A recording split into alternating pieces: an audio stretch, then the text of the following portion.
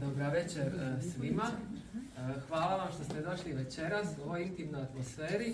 Hvala Ani Hero i njenoj gitari Marici, našoj susjedi, što je došla uveličat evo ovu izložbu, tako da smo družili susjedske snage. Evo, meni je baš zadovoljstvo i ne znam, nekako mi je milo kad nas vidim ovako u ovom tihom ozračju Bolske lože, u nekoj kontemplaciji, ovako sve zajedno, malo je neobično kad je ovako tiho zapravo sve skupa. Evo, povod su znači jedne posebne jaslice.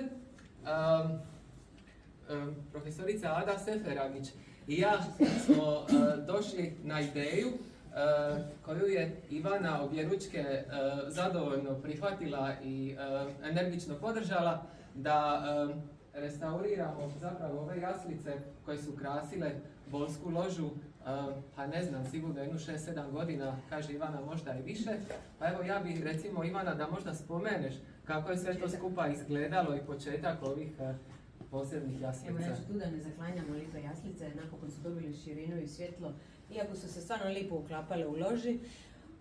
Tamo su nekako bile idealno i zamišljene, ali tu su stvarno toliko sretne, osvjetljene, sređene, tako da dobile su novi dom i ne morate ih vraćati. Ja se ne osjećam staro, ali nekako mi se čini da više ne znam koliko je to godina. Znam da je s jaslicama smo započeli na radionici sa akademskim kiparom Robertom Jozićem. Ako ne znate to ime, ono po čemu će u Bolu sigurno biti najpoznatiji, ipak nisu jaslice nego Mala Mare. Znači, Mala Mare je njegov rad, ona koja je često ostajala bez glave. Sada je već dugo živa, nadam se da hoće. Ali evo, dao nam je i jaslice, čudno vam je osjećaj, bilo je tada puno žena, djece koji su radile, tu je Manuela, mislim da je pomogla i Željana, profesorica Ada, mislim da ste vi bar došli, svakako bilo je i djeca i odrasli. Da, jesi li ti lijepila papir s nama? Stipe je bio njegov asistent. Ajme, pa Stipe, ti si pomagao kod magarca, kod tovara i krave.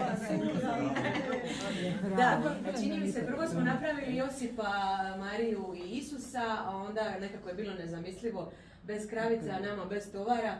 Tako da smo to radili više godina, pa popravljali i stvarno vam je taj nekakav osjećaj da vi imate skulpturu koja je vrijednost, koju je zamislio i napravio akademski kipar, a vi lijepite ono malo WC papir, malo kuhinske ubruse, malo i pogledajte šta na kraju ispadne. A još kad vam to u ruke uzme naš Tino i naša svestrana profesorica Ada, onda se to napokon pretvori u pravo umjetničko djelo koje je uistinu predivno se uklopilo i sretni smo da je u galeriji Dešković. Ne može bolje. Bravo.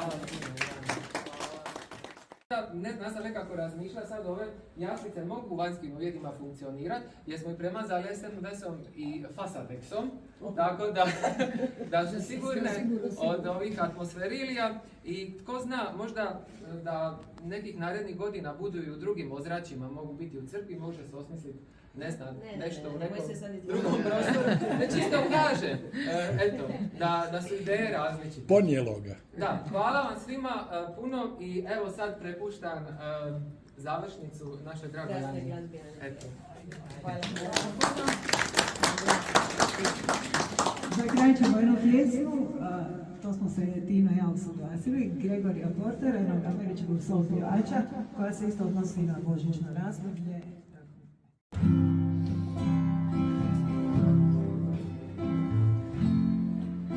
Well, they build their houses in a preparation for the king, and they line the sidewalk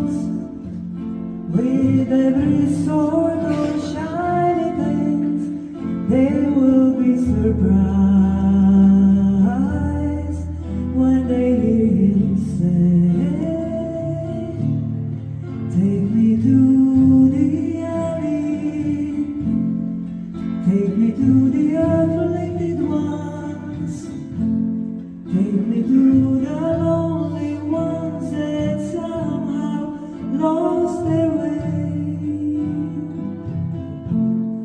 Let them hear me say,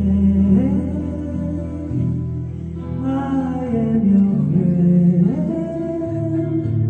Come to my table, rest here in my garden. You will have a pardon. You will have a pardon. Take me to the alley. Take me to the afflicted ones. Take me to the lonely ones that somehow lost their ways. Let them hear me say, I am your friend. Come to my table, rest here in my garden. You will have a pardon. You will have a pardon. Take me to the alley. Take me to the alley. Take me to the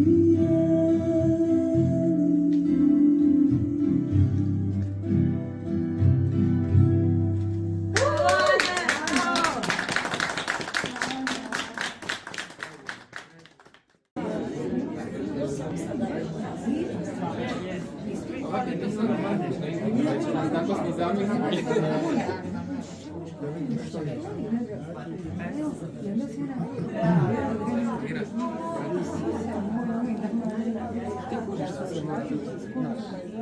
Jedna misla.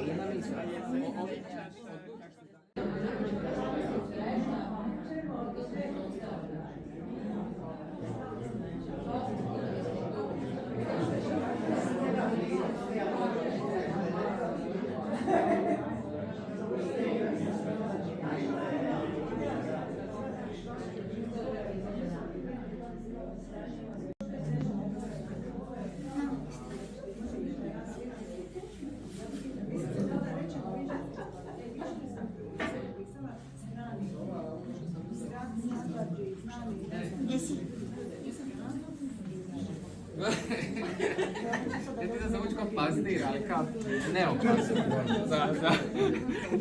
za ovu prigodu. Treba biti prigoda.